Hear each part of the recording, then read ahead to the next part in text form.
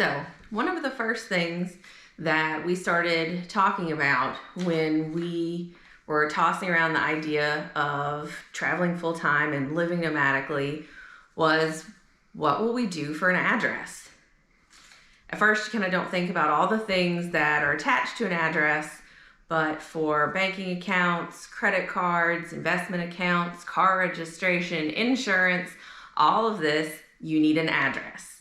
So one option that a lot of people use is just a friend or family member.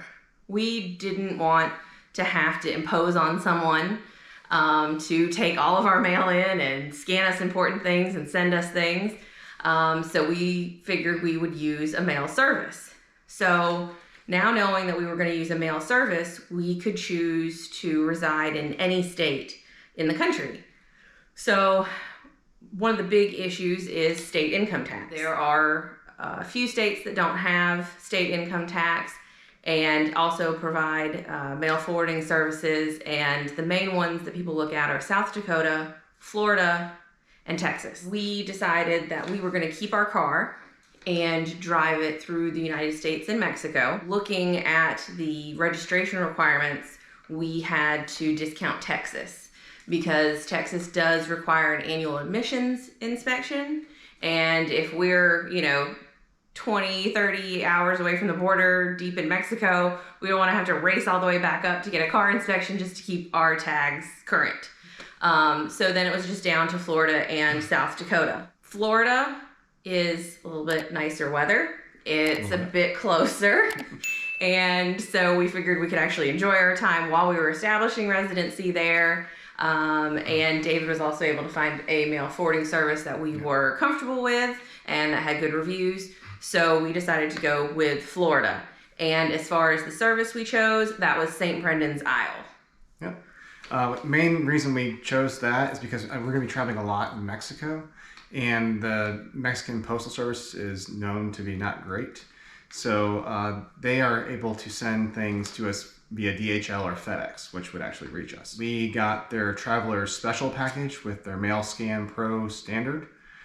So basically the things that you can do with the service is they receive all your mail, and then they scan in the envelopes, and then you can look at it online, and I can tell them to open it and scan the contents if I want to look at the contents, or I can tell them to shred it, or I can tell them to just hold it for now and send it later. And then of course I can have them send it to our current location. So basically it's pretty easy. You just sign up for the service. Then you have to fill out a form of 1583, I think it is, from the Postal Service, get it notarized, send 2 forms of identification with your picture on it. So we used our driver's licenses and passports. And then from there on, you just forward all your mail to them and change all your addresses on all your subscriptions and everything to them. And then they receive your mail. So our total monthly expense is $21.98 per month, and that's the standard package for the mail service and for the Mail Scan Pro. They have higher packages, but they're geared more towards RVers and cruisers, and we didn't need that extra cost, and we didn't need the extra services for that. Their billing's a little bit weird. So what they do is they charge your credit card $100, and they'll use that $100 to pay for the fees and everything. And if they have to send you mail and there's any associated fee with that, they'll take it out of that $100. And once that $100 is down to 10, they'll actually charge your credit card another $100 and put it back into the pool. And that's basically how the billing works. And, we thought we kind of solved all of our problems, but then we found out that you can only use St. Brendan's Isle as your actual residence address if you're able to register an RV or a boat. Well, we just have a Jeep, so that wouldn't work for us. And again, we didn't want to go the friends and family route. So we actually ended up buying a piece of property with an address in Florida to use as our physical address. From what I've heard, some people have been able to use the mailing services and it's fine.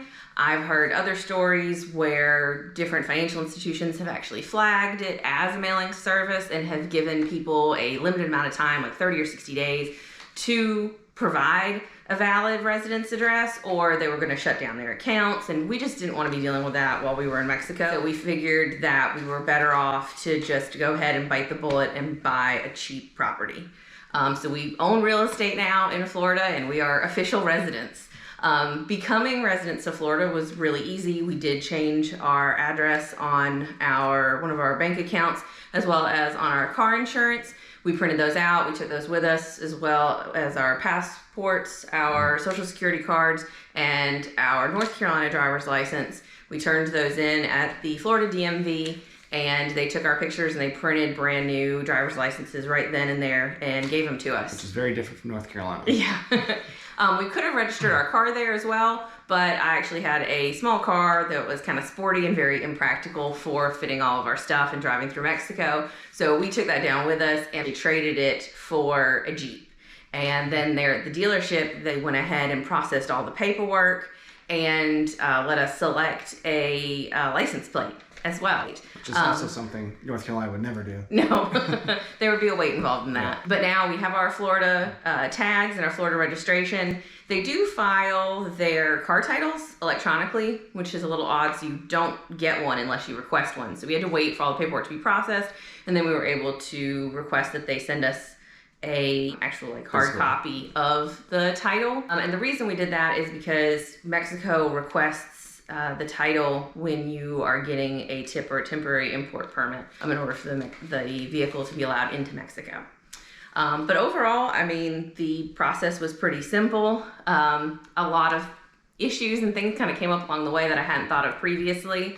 And maybe the last step that we did as far as securing our documents is that David scanned all of our important documents in, such as our birth certificates, his military release forms, our marriage certificate, and then we took those originals and we put them in a safety deposit box. My sister also has a key to that box, so if something happens that we need those documents, she'll be able to get to them and get them to us wherever we are, and we'll always have the scanned copies available. So I think we've kind of covered our bases on documents. It was a process, but I'm happy with the solutions that we have in place at this point.